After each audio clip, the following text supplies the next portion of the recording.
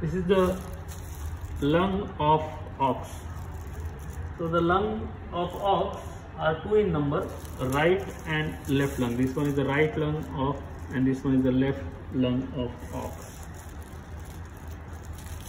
So the right and left lung, they occupy the greater part of thoracic cavity. They are separated from each other by mediastinum, heart, pericardium and large blood vessels. So each lung is more or less conical in shape. Both right and left lung is more or less conical in shape. So this lung, it is divided into various lobes by the deep fissures. So here you can see these are the deep fissures, and because of these fissures the lung is divided into various lobes. So this lung, it is soft, light and spongy. You can see the consistency, it is very spongy and soft. So the surface of both the lungs are smooth and glistening. So both the lungs, they crepitate on handling due to the presence of air in the air cells. So both lungs are highly elastic and collapse to about 1/3 of its original size when the thoracic cavity is open. So color of lung in the fresh state is pink in color. Then lobes of the lungs. So lungs are divided into various lobes by fissures. So there are several fissures because of which both the lobes, right and left lobe, lungs are divided into various lobes.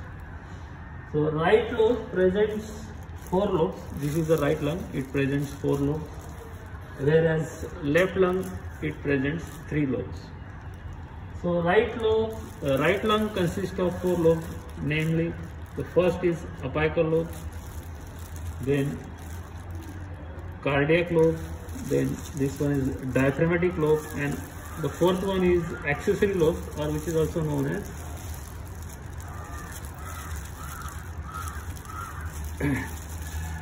accessory lobes or intermediate lobes. So these are the 4 lobes of the lung, of right lung. The apical lobe is the largest in case of right lung, and it is partially divided into cranial and caudal part. So this is cranial and caudal part of the apical lobe in case of right lung. The cardiac lobe is elongated. This one is elongated and it is related to the heart. The diaphragmatic lobe is the largest and it is placed caudally. So it is related to the diaphragm. The accessory or intermediate lobe, it is in the form of triangular mass, and that is attached to the diaphragmatic lobe of the right lobe, and it is attached at the medial aspect. So left lung, this is the left lung. So this left lung, it presents, for description, the 3 lobes, namely apical lobe, then the middle is cardiac lobe, and the third one is diaphragmatic lobe. The apical lobe is smallest, and the cardiac lobe along with the apical lobe forms the extensive cardiac impression here. So it forms the extensive cardiac impression. As the fissure between the apical and cardiac lobe, it is not deep. So sometimes it may be referred as a single lobe. In some authors, they refer it as a single lobe. So in left lung, you will find the largest lobe is the diaphragmatic lobe in case of left lung. So this one is apical, cardiac and the diaphragmatic lobe of left lung. Now each lung, it presents for distribution 2 surface. Here you can see the surface of the lung. So each lung presents 2 surface two borders, base and apex. So the lateral surface, which is also known as costal surface, on the lateral surface one can find the impressions of the ribs, and this is called as costal surface. So this costal surface, it is convex and it's corresponding to the lateral wall of the thorax. So this surface actually corresponds to the thorax. Whereas the medial or the mediastinal surface, this one is medial surface or mediastinal surface. It forms the vertical plane and is in contact with that part of pleura, which forms the lateral boundary of the mediastinum.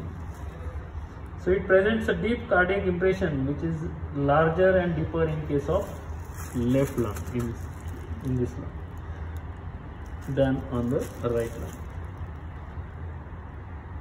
So above and behind this impression you will find the hilus of the lung.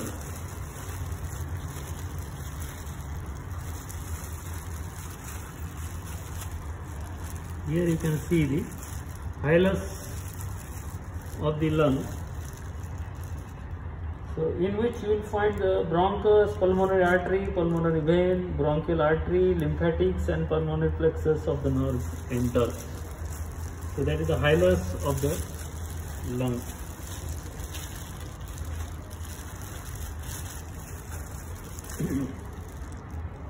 The dorsal border, here you can see this dorsal border of the right lung.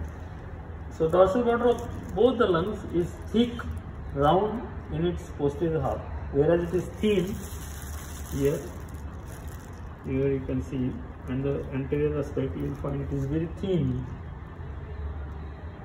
and it is sharp. So it fits into the groove on either side of this thoracic portion of the vertebral column. The border of the right lung is much longer than that of left lung.